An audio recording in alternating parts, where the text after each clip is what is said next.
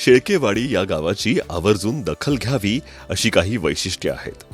या गावामध्ये प्रवेश करतानाच गोकुळ संघाच्या सौजन्यानं बांधलेली स्वागत कमान आहे. एकूण 87 घरे आणि 391 लोकसंख्येचं हे एक छोटंसं टुमदार अतिशय सुंदर असं गाव.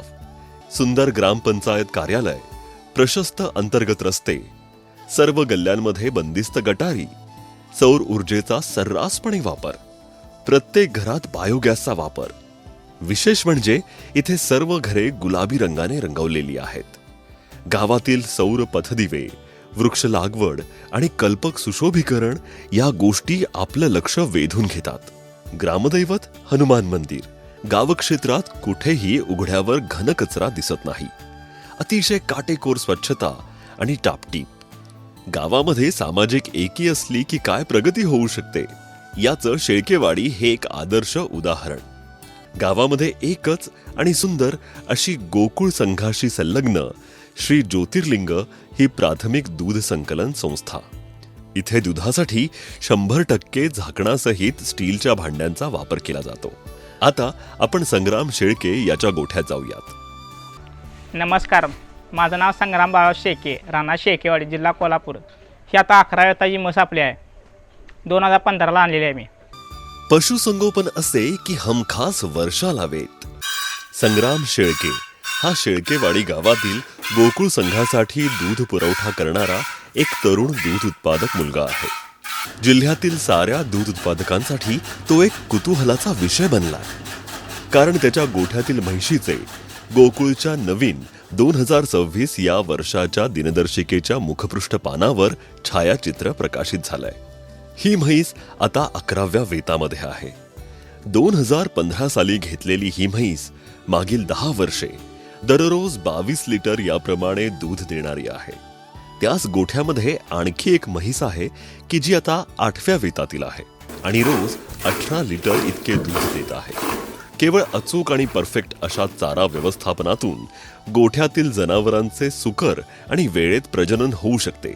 त्याचबरोबर दूध उत्पादनामध्ये सातत्य राहू शकते याचं हे मूर्तिमंत उदाहरण आहे.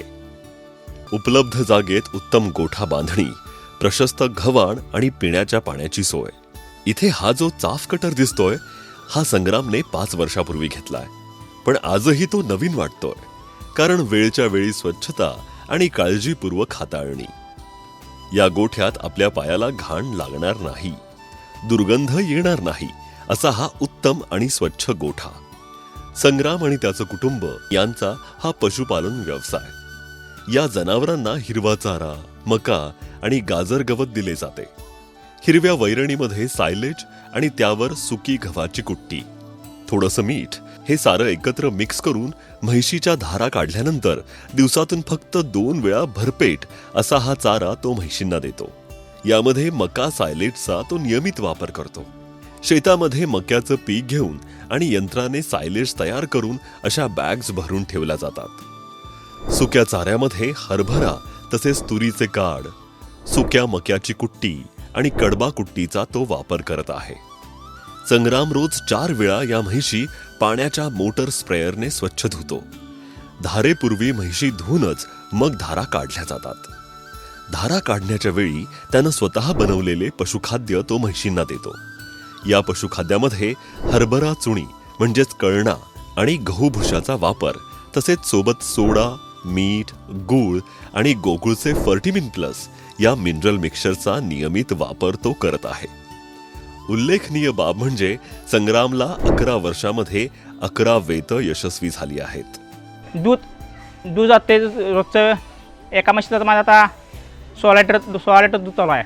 एक गाभण 8 महिन्याची ती असली 22 लिटर जाते. सरासरी माझं वार्षिक 6000 लिटर दूध होते. तात्पर्य: दुधाळ जनावरांचे उत्तम आणि संतुलित आहार व्यवस्थापन केल्यास वर्षाला 1 याप्रमाणे वेत मिळतात आणि दूध उत्पादनामध्ये सातत्य राहते.